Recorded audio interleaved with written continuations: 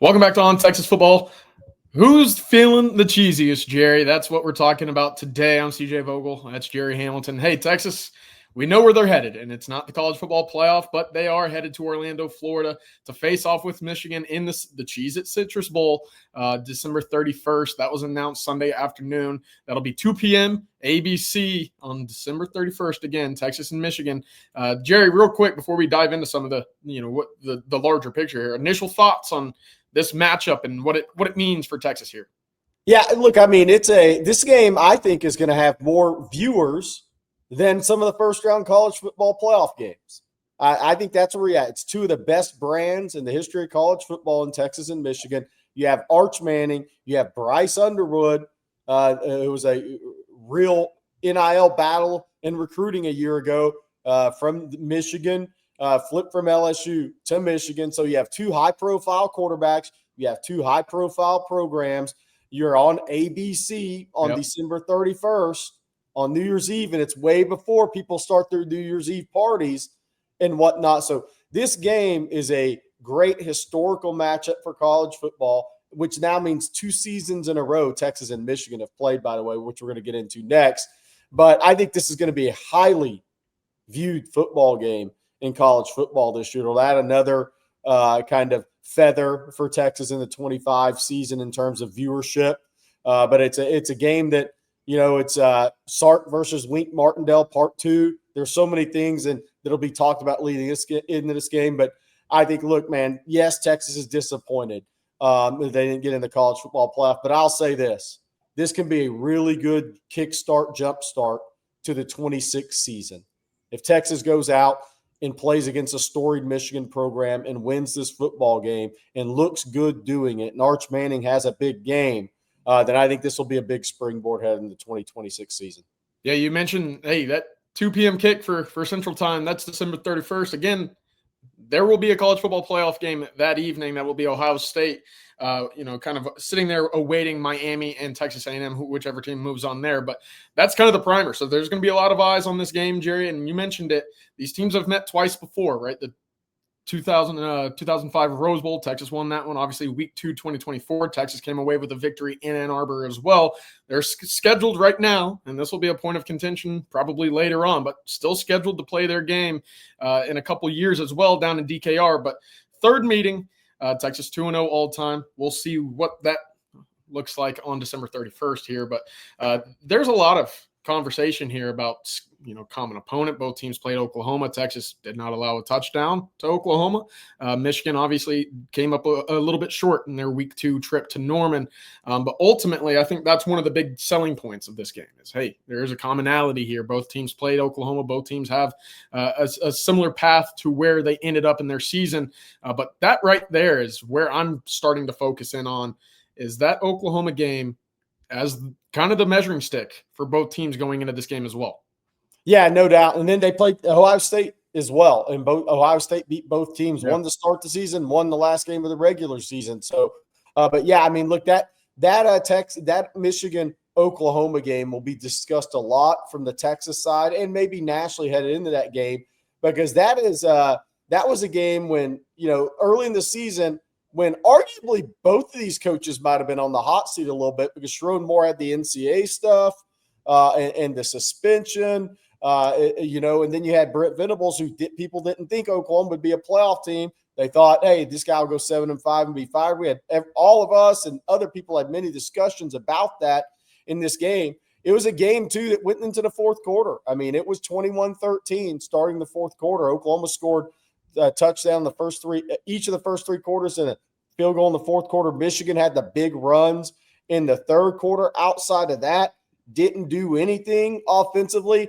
Bryce Underwood, that was very early in his college football career, was only 9 of 24 for 142 yards. Justice Haynes had 125. He had the 75-yard run. Outside the 75-yard run in that game, Michigan barely got 200 yards, and that was at Oklahoma. So, right, you give Michigan credit. That's a road game, like you give Texas, played at Ohio State. But that was also John Mateer early in his Oklahoma career, right? Oklahoma could not run the football at all outside quarterback early in the season at that point as well. So you looked at that game, and Oklahoma had 408 yards, but that was with Mateer rushing for 74. And Mateer was 21 of 34 for 270 in that game. But Michigan ran the ball in the third quarter successfully against Oklahoma. That's all they did offensively in that game. Yeah, and looking at that Ohio State game as well, look, 27-9 win for Ohio State over Michigan. Michigan had a lot of opportunities early in that game. There was a Julian Sayin turnover very quickly in that game that set up Michigan for an opportunity to score on the Ohio State 30. That's where they took over the football. They got out to 2 quick field goals, but were unable to capitalize. And again, a lot more of the same issues for Michigan when it came to moving the football, putting points into the end zone. That ultimately did not happen. But 27-9, Jerry, I know that game only happened, a couple weeks ago. What stands out to you about some of the similarities and common, traits between Texas and Ohio State and Michigan and Ohio State? Well, the Michigan game, it'll be a feel like it's obviously against Ohio State in the big house. They had 163 yards. So when Michigan takes the field for the Citrus Bowl, the last time out, they had 163 yards of offense at home in a 27-9 loss. In a major rivalry game. Yeah. Major rivalry game, 163 yards. I mean, that's an unbelievable number when you think about a home game against your rival and you have 163 yards. So that really stands out to me. And within that game as well, Michigan was 1-9 on third downs. Yes. 1-9 on third downs. And Ohio State had 419 yards, 22 first downs, had 40 minutes of time of possession, 40 minutes and 1 second. Michigan had the ball for 19 minutes and 59 seconds. That was an ugly, ugly, ugly offensive game for Michigan. So they'll be motivated for the Citrus Bowl because for the whole month of December, that Michigan offense has had a horrible taste in their mouth. So they will come out motivated. CJ, I think the toughest thing when looking at these head-to-head matchups, though, is you don't know who's going to play for each of these teams, who's going to opt out. I think that's the toughest thing. So when we look at all these stats and all the numbers, how many of these guys are actually going to play? We figure Anthony Hill won't play, right, for Texas. You figure there may be somebody else that opts out of this game from a Texas side. With Michigan, does Justice Haynes play in this game? He's a top 5 running back that's draft eligible. Does Michigan have a couple of defensive players that might be highly drafted that opt out of this game? That's the tough thing about bowl games now is when we start looking at these common opponents and looking at the seasons, how different are these teams going to look come December 31st? Because you're going to have a bunch of guys announce that they're going to go in the portal that may not even play. Yeah. Yeah, that's going to be really interesting. And again, the portal, that's probably where Texas sees the most attrition of this current roster when it comes to players not playing. Real quick, I wanted to run through a couple of the names that will at least have the decision to make when it comes to playing in this game or opting out for the NFL draft. You mentioned Anthony Hill. I think Malik Muhammad's another name that could certainly, sit this one out and, prepare for the draft. DJ Campbell. Cole Hudson, right? These guys that are seniors, do they play one final game or do they look forward to the NFL? And look, of course, some other decisions as well. Trevor Gooseby will make a decision when it comes to returning. Jelani McDonald will make a decision when it comes to what his future entails as well. So plenty at stake for the Longhorns. One thing I know about Michigan right now, Jerry, is that we've talked about their inconsistencies moving the football, especially through the air. Michigan right now, Bryce Underwood, only 2 games this year of 250 passing yards or more. Yeah. So 9 touchdowns, 6 interceptions. So that's a big point of emphasis right now. I know Texas fans are probably hearing that saying, thank goodness we don't have to see a passing attack as lethal as some of the teams that we've seen over the past month or so. But what I do know about Michigan is that wide receiver quarterback freshman connection that they have with Andrew Marsh and Bryce Underwood, that's something that Texas will have to be certainly aware of going into this game as well. Yeah, for sure. I mean, look, if you look at the strength of the Michigan team, it's obviously rushing the football on offense. Just from a statistical comparison, Michigan is 50th in college football in total offense, 400 yards per game.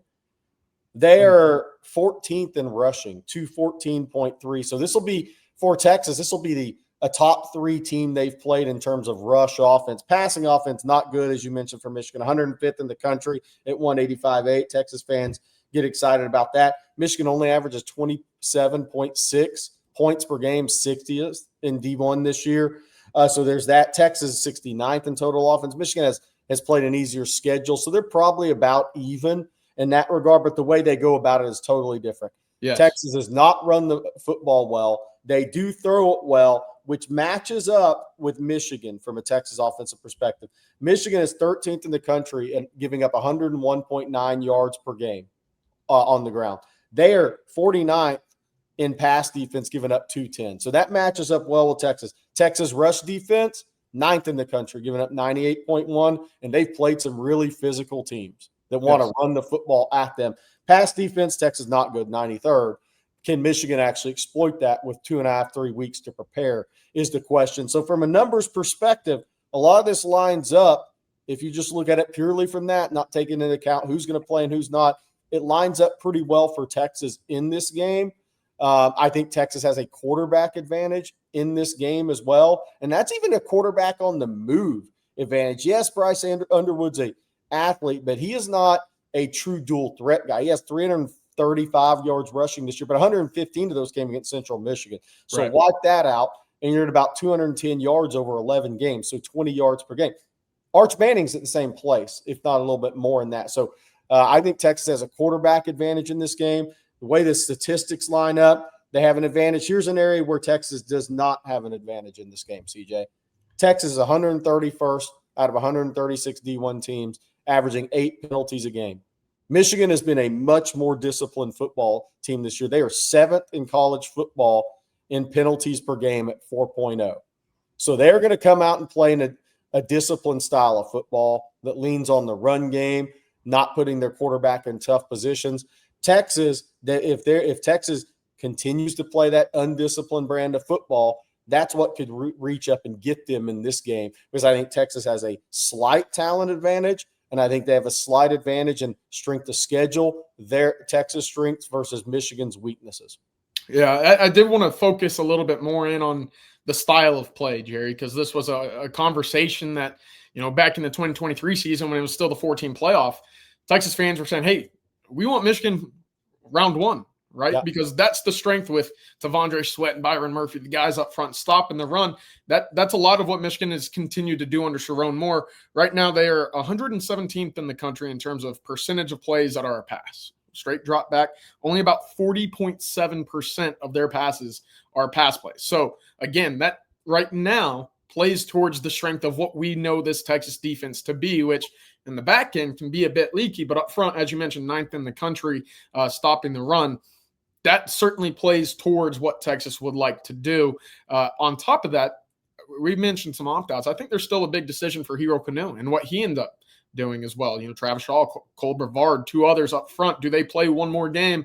Sarkisian in his signing day press conference said, hey, look, I hope all of our guys play this game. I think they need one more round of tape. But ultimately, that's going to be something that right now I think bodes well for Texas in this game. But moving forward, Jerry, look, we talked about what this game could mean when it comes to kick-starting towards 2026. Put in your own words, what does this mean? What does a good showing in the Citrus Bowl against Michigan mean as this team then prepares for the immediate offseason right after? Well, recruiting's different nowadays, right? But Texas is getting to play a game in the state of Florida again this year. It's a bowl game, and it's a big game.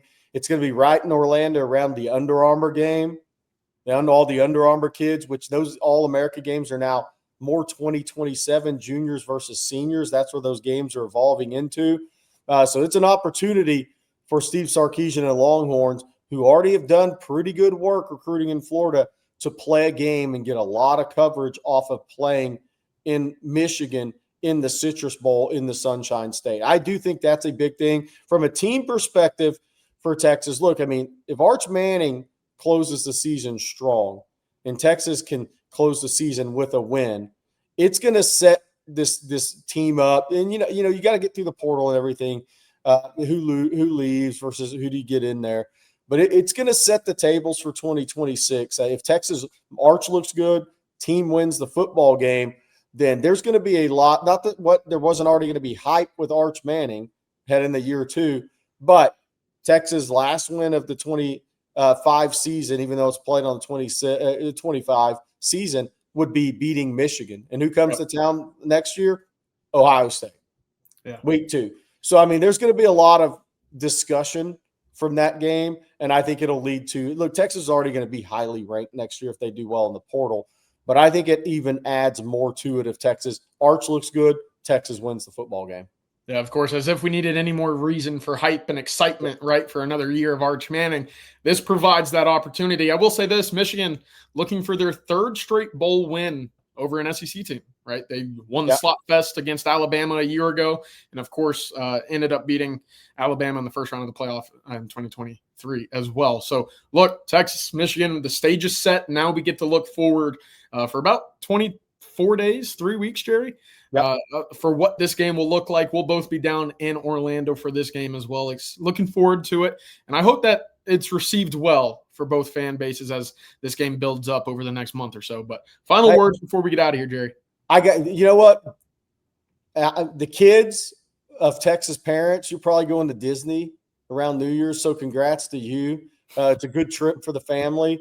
You get a little football as well with it, Texas versus Michigan. So, man, good for the kids of the Texas parents because and I'm talking the youngsters of the Texas fan base because there's a decent chance you're going to Disney for Christmas.